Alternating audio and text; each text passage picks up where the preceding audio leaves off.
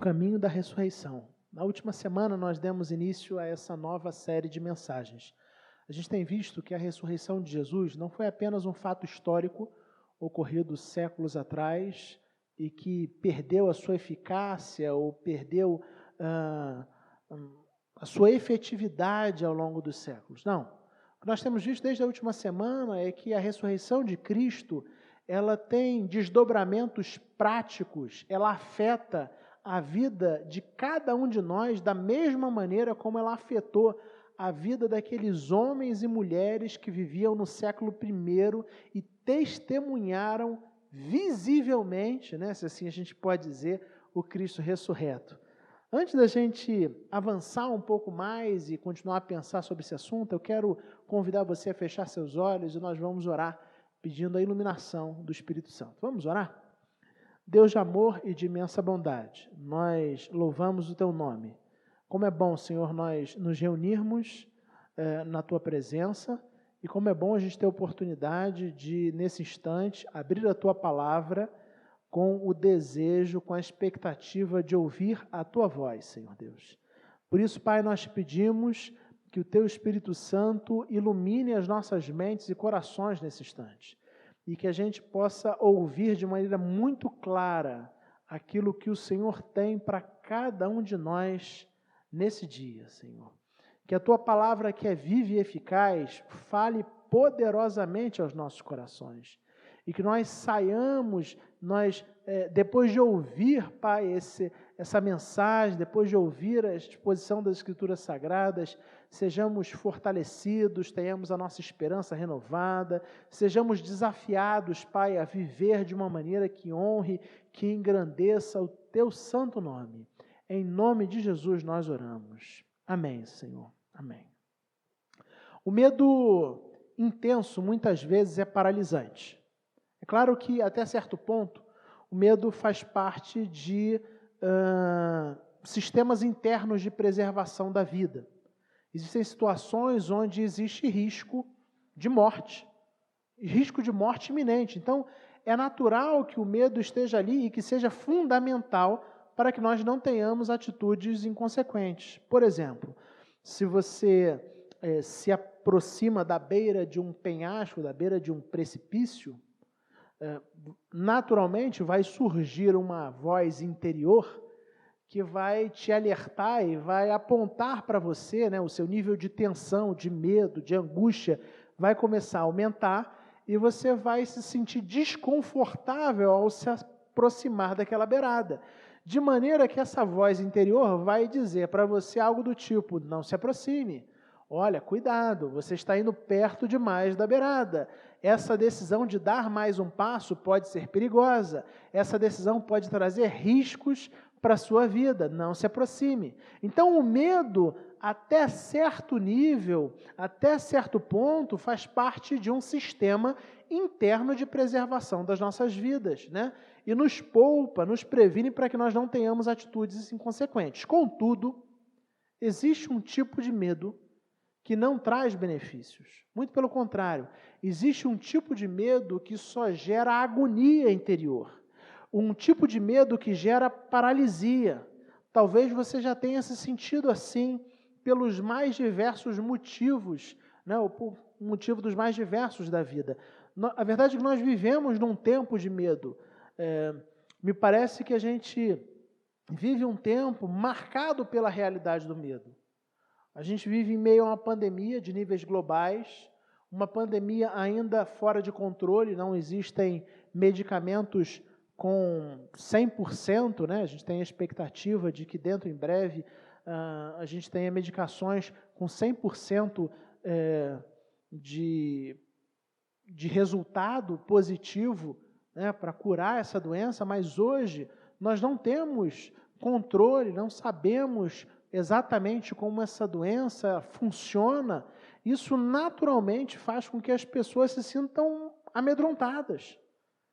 Essa pandemia de níveis globais tem feito com que a maioria de nós permaneça isolado em casa, isolamento social. Se você não trabalha num serviço essencial, muito provavelmente, nesse instante, você está isolado na sua casa. E conforme a gente vai ficando isolado, a gente se desconecta das coisas que estão acontecendo lá de fora, né? Daquilo que está acontecendo na rua, e fica, entre aspas, alienado de tudo que está acontecendo lá de fora. Naturalmente surge nos nossos corações um medo, um temor, uma angústia, porque a gente começa a imaginar o que pode estar acontecendo na rua, né? E aí a gente acaba tendo acesso a informações via meios de comunicação, e os meios de comunicação, de certa forma, acabam noticiando aquilo que vende, aquilo que gera mais audiência, né? Que é exatamente as más notícias. Isso vai gerando uma espécie de ciclo de medo. E a gente se pega preso nessa realidade do ciclo do medo. Presos dentro das nossas casas, absolutamente amedrontados com as realidades e com as perspectivas que temos diante de nós. Os evangelhos nos contam sobre um grupo de pessoas que também estava reunido em uma casa, tomados pelo medo. Essa história é narrada no Evangelho de Lucas, capítulo 24, versículos de 36 a 43. Vamos ler? Vamos lá? Diz assim a palavra de Deus. Enquanto falavam sobre isso, o próprio Jesus apresentou-se entre eles e lhes disse: paz seja com vocês. Eles ficaram assustados e com medo, pensando que estavam vendo um espírito. Ele lhes disse: por que vocês estão perturbados e por que se levantam dúvidas no coração de vocês? Vejam as minhas mãos e os meus pés, sou eu mesmo. Toquem-me e vejam, um espírito não tem carne nem ossos, como vocês estão vendo que eu tenho. Tendo dito isso, mostrou-lhe as mãos e os pés. E por não crerem ainda, tão cheios estavam de alegria e de espanto, ele lhes perguntou: vocês têm aqui algo para comer? Deram-lhe um pedaço de peixe assado e ele comeu na presença deles. No século I, depois da crucificação e sepultamento de Jesus, seus discípulos estavam reunidos em uma casa a portas trancadas. O Evangelho de Lucas não fala, mas a narrativa do Evangelho de João diz que eles estavam reunidos numa casa de portas trancadas porque eles estavam com medo dos judeus. É absolutamente compreensível que naquele instante os discípulos, os seguidores de Jesus, estivessem tomados pelo medo. Há poucos dias, eles haviam visto seu mestre sendo preso, julgado e condenado injustamente a uma morte de cruz. Certamente existia em seus corações o medo de que os algozes de Jesus, os torturadores, aqueles que levantaram falsas acusações contra ele, se virassem agora contra os seus seguidores, os prendessem, talvez até os matassem. De certa forma, então, esse encontro de discípulos acontecia a portas trancadas. Em meio a esse cenário, Jesus aparece no meio deles e lhes deseja paz.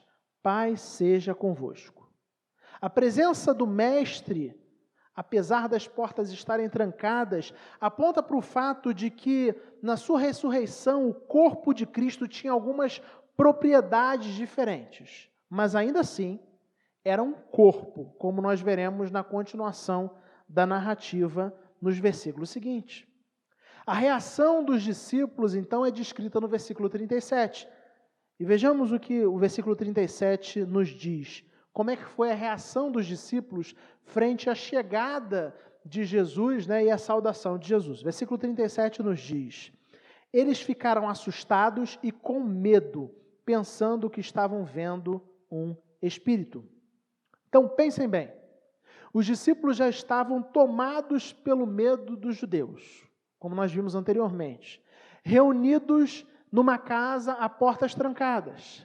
Contudo, quando Jesus aparece no meio deles, eles ficam ainda mais assustados, pensando que se tratava de um espírito.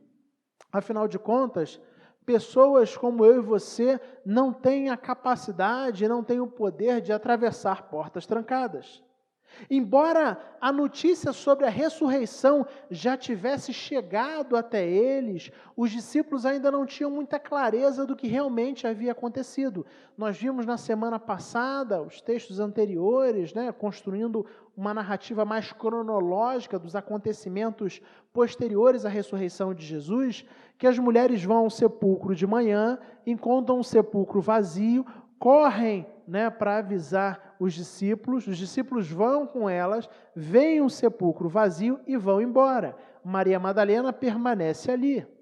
O tempo passa e o texto que nós lemos acontece depois dessa narrativa. Então, de certa forma, os discípulos de Cristo já tinham sido avisados, já tinham a informação de que Jesus havia ressuscitado.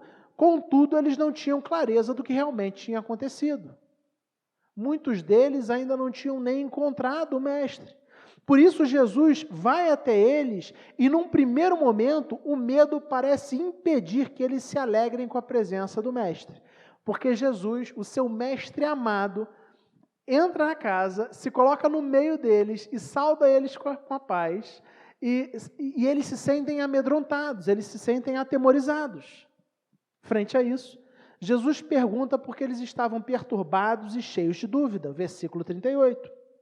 O Senhor sabia que o medo e as perturbações existentes no coração dos discípulos fazia com que eles se sentissem confusos, mesmo diante da realidade do Cristo ressurreto. Por isso ele trata de acalmá-los. E ele faz isso com essa pergunta, como quem diz: calma, por que vocês estão perturbados? Por que vocês estão cheios de dúvida? Por que o coração de vocês está cheio de dúvidas? Jesus então trata de acalmá-los porque ele tinha consciência de que o medo tem a capacidade de nos impedir de enxergar as realidades à nossa volta de maneira mais objetiva.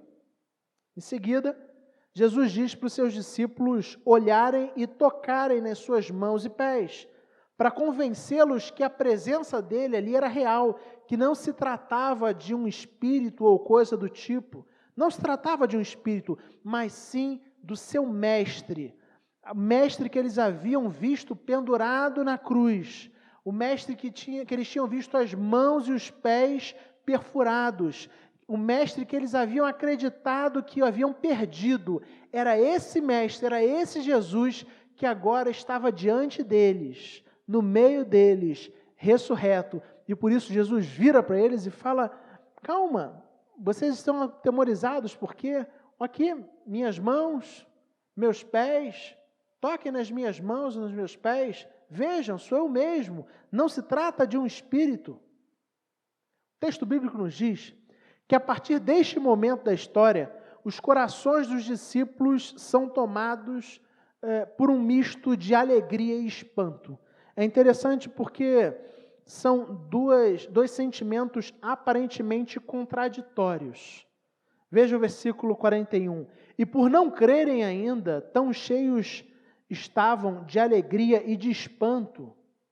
Então, nesse momento, o coração deles é tomado por uma série de emoções diferentes e por vezes conflituosas. Um misto de alegria e de espanto. Não é de se espantar. Diante de uma situação tão singular, não seria realmente fácil imaginar ou pensar que eles tivessem clareza sobre o que eles estavam vivendo.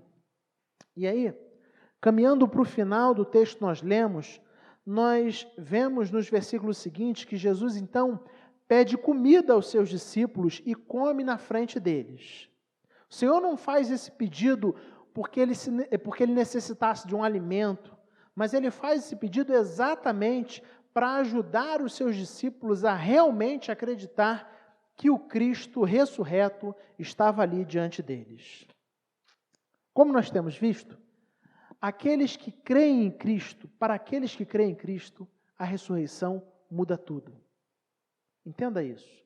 Nós já dissemos isso semana passada e eu quero repetir essa ideia. Para quem acredita em Cristo, a ressurreição muda tudo. Nós vivemos num tempo profundamente desafiador. Nenhum de nós sabe como essa pandemia irá afetar a nossa saúde. Eu não sei, você não sabe. Nós não sabemos como essa pandemia ou como essa doença vai afetar a saúde das pessoas que nós amamos, nossos parentes, as pessoas que nós gostamos, pessoas, amigos significativos, pessoas próximas. Se não bastasse o medo da pandemia, o medo da doença, nós temos o isolamento social, a falta de dinheiro, o desemprego, empresários quebrando, gente sendo demitida. E a pergunta que naturalmente habita o coração de muitos de nós, para não dizer de todos nós, é quando tudo isso chegará ao fim? Quando nós poderemos retomar as nossas vidas de maneira normal? E nós não temos essa resposta. São tantas incertezas, são tantas variáveis diante dessa equação que os nossos corações, de certa forma, ficam como os dos discípulos. Corações de pessoas tomadas pelo medo, gente que estava trancada em casa por causa do medo. A gente poderia estabelecer um paralelo aí. O fato é que o medo embaça o nosso olhar. O medo nos desconecta da realidade, nos impede de perceber o que realmente está acontecendo ao nosso redor. Mas lembre-se disso, a ressurreição muda tudo. Para aqueles que creem em Cristo, a ressurreição muda tudo. A ressurreição de Jesus é a prova de que mesmo no momento de maior medo, onde os nossos olhos estão embaçados, onde as nossas mentes estão absolutamente confusas com tudo o que está acontecendo, mesmo nesse momento, Jesus sempre está e sempre estará conosco. O nosso Senhor venceu a morte. O nosso Senhor não foi contido, não foi detido por uma sepultura. O nosso Senhor ressuscitou. E o Cristo ressurreto promete em Mateus 28, versículo 20: eu estarei com vocês até o final dos tempos. Eu estarei com vocês até o final dos tempos. Por isso, lembre-se dessa verdade. Talvez o medo possa fazer com que você tenha dificuldade de perceber ou até fazer com que você demore a crer que Jesus está com você.